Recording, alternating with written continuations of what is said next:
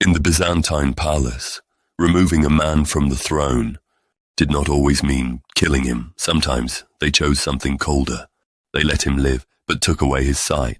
Why? Because in the Byzantine world, an emperor was not only expected to be powerful, he had to appear whole, untouched, chosen. A blinded man could still breathe, could still speak, could still carry an imperial name, but in the eyes of the empire, his road back to the throne had been thrown into darkness. This was not just cruelty, it was a political language, and in Byzantium, that language was often used against emperors, princes, and possible heirs to the throne.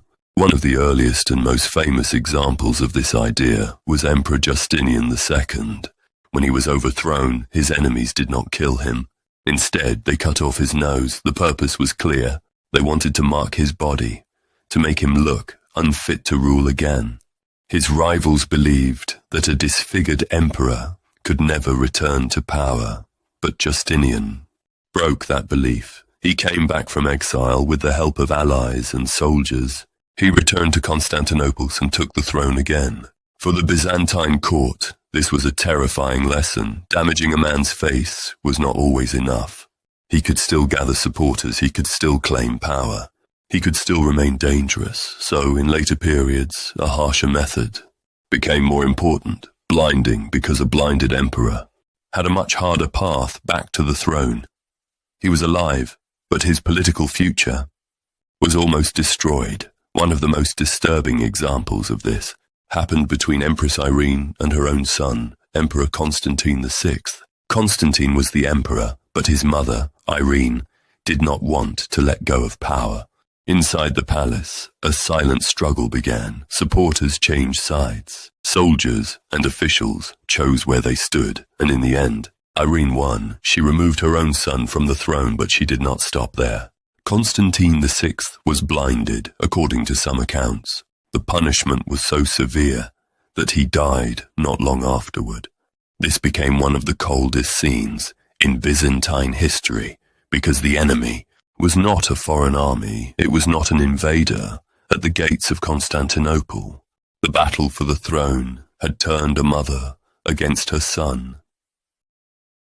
But emperors were not the only ones who lived under this fear. Byzantine princes grew up under the same shadow, because even a child could become a future threat. He did not need to commit a crime, he only needed to be born into the imperial family. If soldiers liked him, if the people remembered his name, if a powerful group inside the palace supported him, then he could become dangerous, come to the new emperor.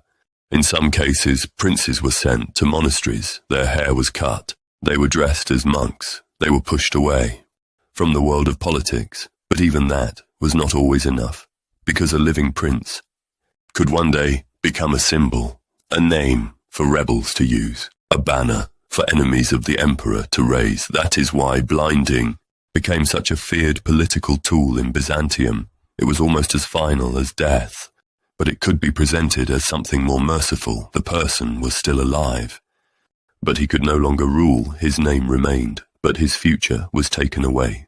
This is where the darkest side of the Byzantine palace appears. Constantinople was one of the richest cities in the world. Its palace walls shone with golden mosaics. Its ceremonies were grand. Its emperor was presented as a sacred ruler on earth. But behind those walls, brother plotted against brother. Mothers turned against sons. Cousins became enemies.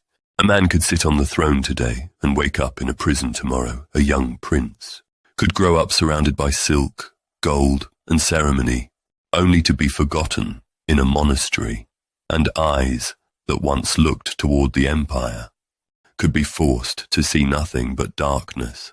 In Byzantium, blinding was not just a physical punishment, it was a message. The throne is no longer yours. Your name may survive, but your power is gone. And the strange thing is, these men were not completely erased.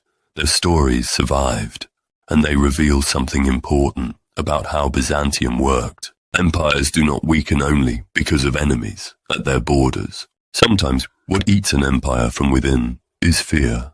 Inside its own palace, And in the Byzantine court, that fear was not always measured by swords. Sometimes it was measured by a man's eyes.